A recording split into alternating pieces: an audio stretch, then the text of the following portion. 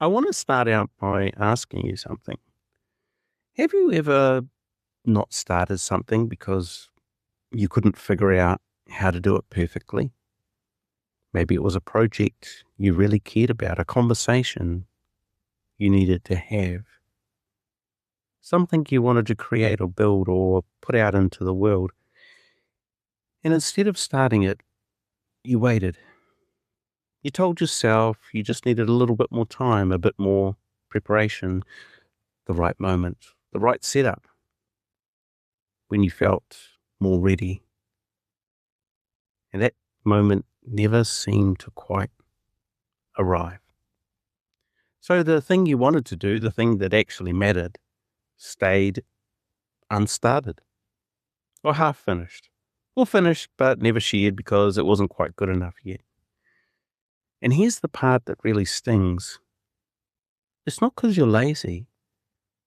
It's actually quite the opposite. You care so much about doing it right that doing it at all feels impossible. And that's not a motivation problem. That's the shadow of perfectionism. And once you understand where it actually comes from, it starts to change everything. I know myself, I've been there many, many times, whether it's pressing record, whether it's having a difficult conversation, plucking up the courage to do something, start a project, getting partway through it and just stopping because you just didn't, well, I just didn't feel it was good enough. Or you're one of those people like me who has to do everything because nobody else can do it just the way you would do it. So in this video, I want to talk about perfectionism and where it actually comes from, because most people think it's just a personality trait, something you were born with, maybe even something to be proud of, to say, hey, I'm a perfectionist, I have high standards. And for a long time, that was me. And it sort of sucks. But Jung had a different take. He said perfectionism is almost never about standards. It's about the fear that went underground. And by that, he meant when you were young, really young, when I was young, clearly, we learnt what's accepted and what gets us rejected. And for a lot of neurodivergent kids, the message that came through loud and clear was this: the way you naturally do things is not quite right. We weren't allowed to make mistakes. Had to do it right the first time, every time. Your work wasn't organized enough. Your attention wandered. You took too long. You rushed too fast. You came at things sideways when everyone else went straight ahead. And you got the message. Not always in words. Sometimes it was the way your mum looked at you, or your dad looked at you, the teachers looked at you, co-workers, bosses. You took too long. You went too fast. And in these corrections, in the gap between how you did something and how it was supposed to be done, that element creeped in. So you started trying harder and harder. And at some point, trying harder became, if I can just make this perfect, no one can criticize me or it.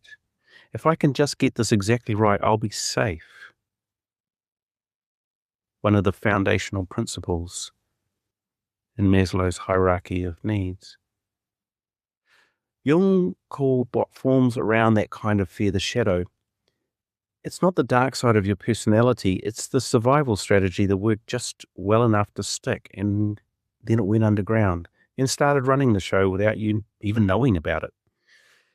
And the shadow of perfectionism is one of the most common ones I see. And I guess because it gets reflected back to me, because that's how I was for such a long time, especially in neurodivergent people who spend years being told their natural way of doing things isn't good enough.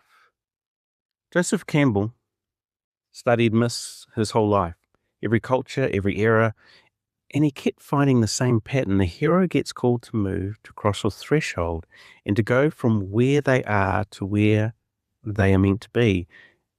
And the first thing they do is refuse, not because they don't want to, but because something stops them at the edge.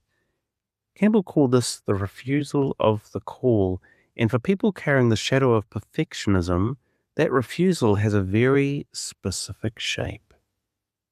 And it sounds like this. I'll start when I've done enough research, when I've got the right equipment, when I know enough, when I'm ready, when the timing is better, when I can do it properly. The perfectionism stands at the threshold and says, not yet. You're not ready yet. It's not good enough yet. And it sounds so reasonable. It sounds like wisdom. It sounds like high standards. And what it's actually doing is keeping you exactly where you are. Peterson talks about this a lot. He says, the people who never start, never ship, never put their work into the world, they're not being careful. They're avoiding the judgment that comes with being seen. Because if you never finish, no one can tell you it wasn't good enough.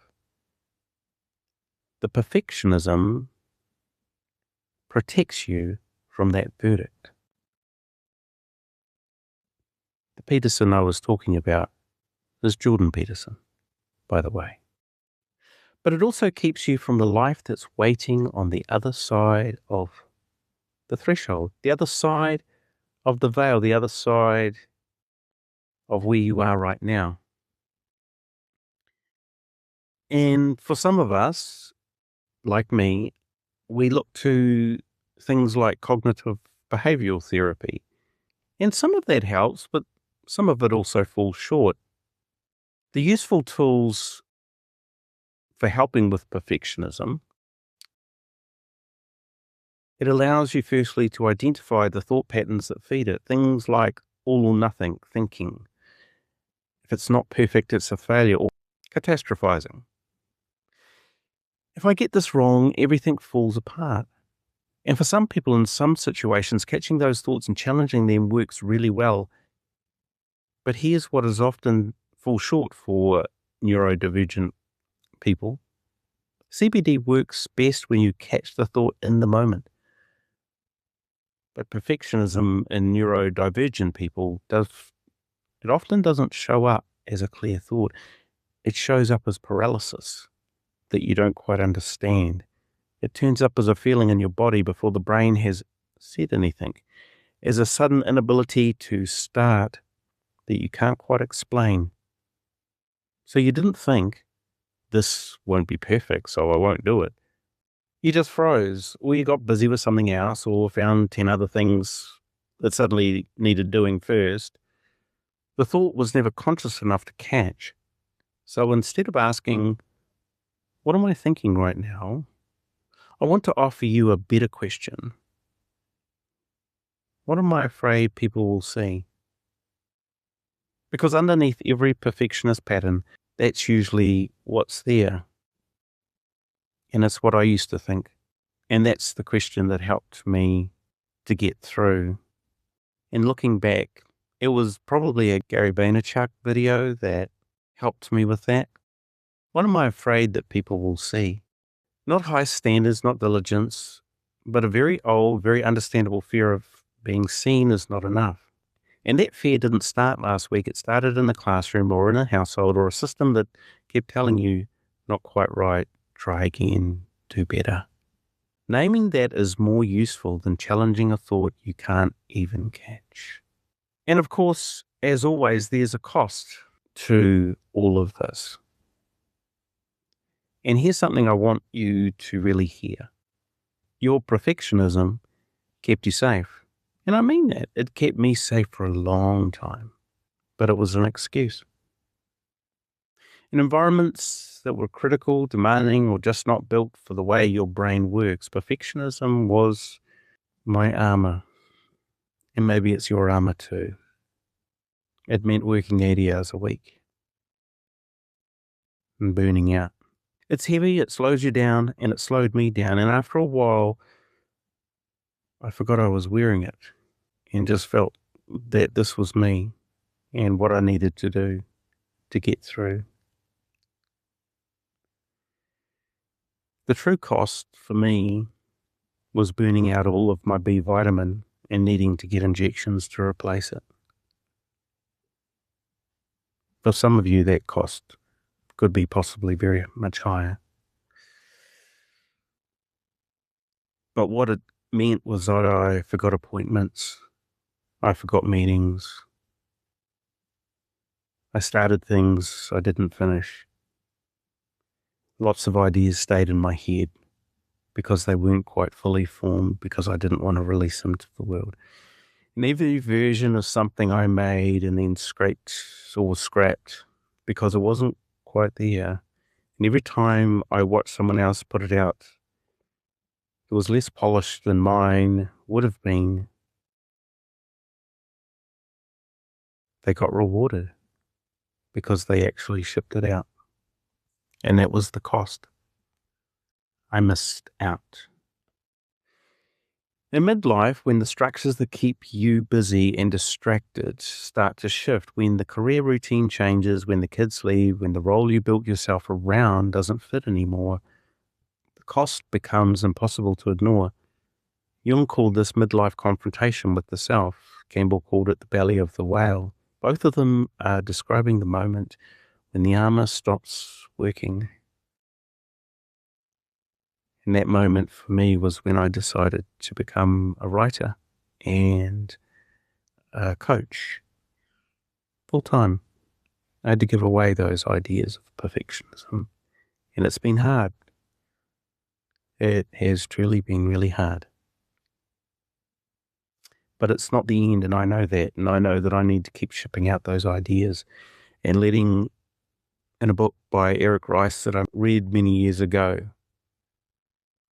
about failing forward, making mistakes, or putting them out, realizing, they are what they are, and failing forward. Because that was the beginning of the real work I started to do, which led to a lot more happiness. So I want to offer you a reframe. Your perfectionism is not a character flaw, and it's not laziness dressed up as high standards. It's not evidence that you're broken or difficult or too much. It's a survival strategy that made complete sense given what you went through, but it's ready to be retired. Jung said the shadow is 90% pure gold. Here's what that means for perfectionism specifically. The same sensitivity that makes you afraid of getting it wrong, that's the sensitivity that makes your work genuinely worth paying attention to when you do put it out. The same care that drives the paralysis, that's the care that makes people trust you when you finally show up. The standards you hold yourself to, they're not a problem. The fear underneath them is the problem, and the fear can be worked with. And this is exactly what the hero's journey maps. You are not at the beginning of your story. You are at a threshold that you've been approaching for a long time. And the perfectionism has been standing at that threshold telling you, not yet. CBT, cognitive behavioral therapy, can help you interrupt the thought patterns when you catch them. The hero's journey gives you the map of where you are and what the threshold is asking of you, and Jung gives you the courage to look honestly at what that perfectionism has been protecting you from. So you can decide whether you still need that protection. In Norse tradition, the raven flies into the dark to see what is there. Not recklessly, but honestly, because the only way past the threshold is through it. You don't have to get it perfect. You just have to go. That's what we work on here at the Sierra Voden, not fixing your perfectionism, but understanding where it came from, what it is costing you, and what becomes possible when you stop letting it make your decisions. And if you want to go deeper, the Seers reading is a 45-minute session where we do exactly that together. The link is in the description. And if you're not ready for that yet, that's okay. Stay here, subscribe, listen to a little bit more of the wisdom from Jung, Joseph Campbell, CBT, and myself. Because every video on this channel is built for the person who knows they're capable of more and is finally ready to stop waiting until it's perfect to find out what it looks like. Thanks for listening. See you in the next video.